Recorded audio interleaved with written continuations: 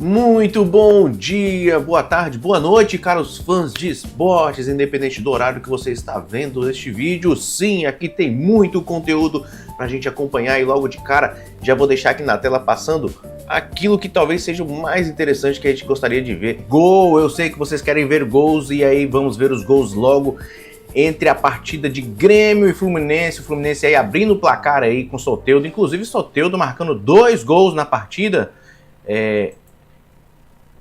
Consolidando-se aí uma vitória de Zubeldia à frente do comando. O Zubeldia que já vem tendo números muito mais superiores. Vocês estão vendo aí o lance duplamente. Números superiores a Renato Portaluppi. Renato que estava comando antes de Zubeldia e Zubeldia já conseguiu a mesma quantidade de vitórias com muito menos gols, o que vem chamando a atenção aí da diretoria de pontos positivos e parece que acertou. E 2026 promete. Aí agora a gente já vai vendo os gols aí o gol agora daquilo que diminui o placar, né? O gol do Grêmio aí diminuindo para 2-1, o jogo ficou 2-1 e com esse resultado aí que vocês estão acompanhando na tela, o Fluminense chega à 5ª colocação com 61 pontos, ultrapassa o Botafogo, enquanto o Grêmio fica em 10º com 46 pontos. Aí no outro jogo a gente teve a partida e a gente vai vendo aí agora a jogada do gol, a trama aí do Mirassol que vai se desenvolvendo aí. Este que foi o primeiro gol do Mirassol no jogo, o Mirassol aí que jogou brilhantemente, conseguiu atropelar o time do Vasco dentro de São Januário e infelizmente a gente vai vendo os gols aí de Carlos Eduardo e Renato Marques. Renato Marques marcou o primeiro gol, vocês estão vendo ele aí na tela, e depois Carlos Eduardo consolidou-se a vitória aí do Mirassol por 2-0 em cima do Vasco da Gama. Ainda teve o lance aí da contusão que a gente vai colocar aqui na tela para vocês. Lance chato, mas que infelizmente tem que trazer. Inclusive é o lance que Piton vem para a pancada, né? Vem para fazer a marcação, mas acaba levando a pior nesse lance aí. E infelizmente parece que teve uma contusão. Esperamos que não, ainda não saiu os resultados sobre esse problema aí que vem envolver Piton. Aí, inclusive, ele vai saindo aqui, a gente vai ver agora a imagem aqui, ele saindo, carregado, né? As imagens da TNT, mostrando Piton tendo que sair carregado para fora de campo. Aí vocês vão acompanhando aí na tela agora a torcida insatisfeita, né? A torcida do Vasco, que canta que a Copa do Brasil agora virou obrigação. Nada mais justo do que cobrar seus comandados aí, a torcida que paga ingresso, que vive de salário mínimo, boa parte delas, e o único ponto de alegria é o futebol. Claro que guardado as proporções, nada além da cobrança, né? Afinal de contas, a gente vive num mundo onde a paz se faz necessária e atividades extremas a gente tá correndo, né? Mas a gente vai vendo aí a torcida, a gente viu aí, na verdade, né? A torcida do Vasco alcançando o máximo maior. Com essa vitória, o Mirassol consolida-se no G4, tá? Ele agora não é mais ultrapassável por ninguém, então consegue o mesmo feito que o Vasco já havia conseguido, né? Alcançar nessa época de pontos corridos, porque o Vasco só tinha conseguido entrar nesse G4 uma única vez, mesmo feito agora que o Mirassol alcança. E o Mirassol agora está na fase de grupos da Libertadores de 2026. A gente vai fazer um vídeo todo especial com os novos clubes que estão chegando, muito clube curioso, e eu acho que vocês vão curtir este vídeo também. O Taxa Selic estava em 7,5% aproximadamente em 2013, hoje bate o dobro. Mas não é só a taxa Selic essa questão. O Flamengo devolveu o Wagner Love ao CSKA porque não podia pagar. O Flamengo recebeu o dinheiro da Adidas, foi lá pagar imposto atrasado. O São Paulo, como outros clubes, contrata jogador caro. Você falou que o Oscar não tem multa? Tudo bem, não teve multa, mas soma todo o custo do Oscar ao longo de 3 anos de contrato, são alguns milhões de euros. Eu entendo que, assim, sempre o argumento é que não era o mais possível. O Flamengo devia quase 800 milhões, arrecadava 200. A dívida era 4 vezes praticamente o que o clube arrecadava por ano. Então eu vejo vários dirigentes, eu acho que é o seu caso também, sempre usando alguns argumentos que, sinceramente, eu acho que não convencem o torcedor. Porque não se vê perspectiva de mudança do São Paulo Futebol Clube. Essa é a realidade. O São Paulo ficou coadjuvante e sinaliza que vai seguir coadjuvante. O Palmeiras teve algumas ajudas de benfeitores, como você falou. É verdade, mas também passou por uma reestruturação. Qual o caminho para o São Paulo, então? Eu chego à conclusão de que não há caminho, né? O São Paulo vai continuar, então, rodando em círculos sem sair do lugar. Essa é a minha impressão. Se você tiver algo para dizer a respeito, eu agradeceria. Claro, Mauro, sem menor problema. Eu acho que assim, o trabalho que foi feito esse ano do ponto de vista financeiro, que a gente está buscando, né? Nós devemos terminar o ano com superávit na casa de 50 milhões. Essa é a ideia final que o presidente Júlio está buscando. Então, assim, a gente faz um movimento de começar o trabalho de redução de dívida. Eu acho que na próxima temporada, esse caminho e os erros que a gente observou nessa temporada tem que continuar, né? Nós temos que continuar sendo austeros, reduzindo o máximo possível a folha. Houve a redução da folha nessa temporada. Nós reduzimos ao longo da temporada a folha na casa de 15, 16 milhões na temporada. Não é fácil, porque há contratos em vigor e você tem que buscar nesses contratos a reorganização desses contratos, jogadores mais caros que terminam o contrato, você não fazer a renovação, buscar jogadores mais baratos. Esse é o único caminho. Nós não temos outro caminho que não seja diminuir a folha gradualmente, não fazer contratações caras na temporada e ir reduzindo pouco a pouco a nossa dívida. E mais do que isso, buscar o crescimento da arrecadação. Eu acho que nós temos um campo de crescimento no processo arrecadatório.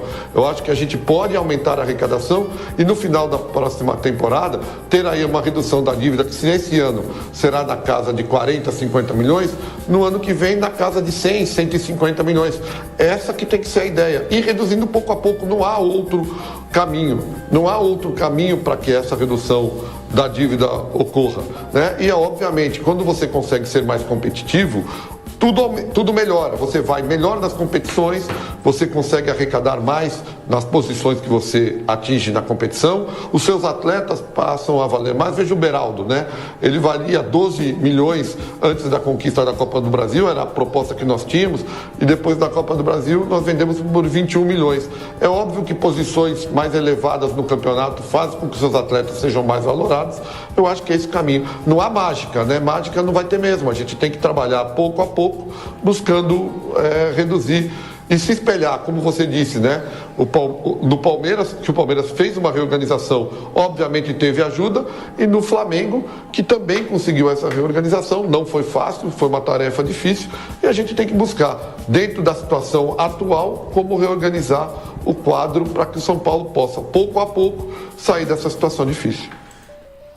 Tá, aí vocês acompanharam a fala de Belmont aí que tinha sido demitido, abandonou o cargo, né? Após a derrota vexatória de 6-0 para o Fluminense. E aí várias cabeças acabaram rolando à frente do clube aí da Vila Belmiro. Vamos concluindo aqui o nosso vídeo, né? Nosso momento interativo hoje de esportes. Porém, tem algumas informações interessantes aqui que ainda quero passar para vocês. Vou ler aqui no TP da tela aqui. Conselho de Orientação Fiscal, o COF do Palmeiras aprova o orçamento para 2026. A expectativa do clube é arrecadar 1,2 bilhão e ter um superávit de 11,2 milhões no ano que vem. A previsão orçamentária tem como principais fontes de receitas negociações de atletas, que isso equivale-se a 32% dessa receita, patrocínios e licenciamentos, vale 24%, direitos de TV mais 15%, sócio-avante mais 7%, arrecadação social mais 6%, bilheterias 5%, premiações 5% e outras receitas como o próprio Allianz Parque aí arrecadando 6%. O documento agora passará para aprovação do Conselho Deliberativo. O Flamengo hoje pode ser campeão do Campeonato Brasileiro, porém já tem provocações aí oriundas do mundo. Afinal de contas, o Flamengo vai disputar o Mundial de Clubes aí, o Intercontinental, e sua estreia já é marcada aí contra o time do Cruz Azul do México, e a TV Azteca vê uma vantagem abismal. Isso sim, eles disseram abismal, vantagem abismal do Cruz Azul sobre o Selemengão aí no torneio da FIFA. E os principais destaques que eles usam como argumento são que o Cruz Azul fará apenas 54 jogos em 2025, enquanto o Rubro Negro aí já passa dos seus 76 jogos. Os mexicanos tiveram 18 dias de descanso após a fase regulamentar aí, então eles têm total vigor físico, inclusive atletas que poderiam estar lesionados ou no seu limite físico, chegando 100% para essa partida. O texto ainda ressalta que disputará as semifinais do torneio Abertura nos dias 3 e 6 de dezembro contra o Tigres, antes do jogo do Flamengo, que será realizado no dia 10. E como vocês acompanharam aqui, os gols do Mirassol, o Mirassol fechou o Campeonato Brasileiro no G4, já não é mais ultrapassável por ninguém, e iguala o número de vezes que o Vasco, seu adversário de ontem, chegou à fase do G4 aí.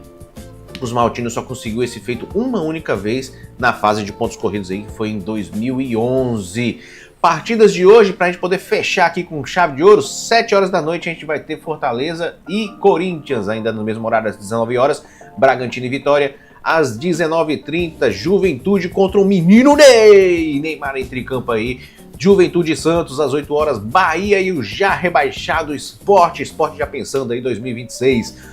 Briga aqui também de zona de rebaixamento, pois às 8 horas da noite, São Paulo e Internacional.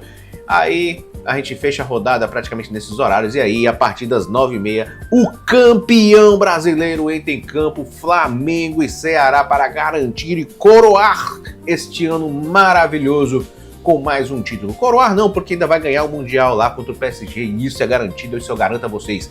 9h30 da noite aí também, teremos aí o vice colocado entrando em campo, o time do cabeça fria, chutão pra frente. Abel Ferreira vai enfrentar o time do Atlético Mineiro fora de casa aí, lá na Arena MRV, Atlético Mineiro e Palmeiras. E essas são as informações de hoje. Se esse vídeo foi relevante para você, muito obrigado. Já deixa aquele likezinho aqui maroto, já curte, comente, compartilhe. Se você ainda não é inscrito, tá esperando o quê? Se inscreva-se. Aqui também tem um videozinho bacana para você assistir. Já clica aqui também, já faz aquela maratona bacana em nosso canal, porque aqui você tem voz e você tem vez. Já comenta aqui que daqui no próximo vídeo a gente traz tudo. Valeu, um grande abraço!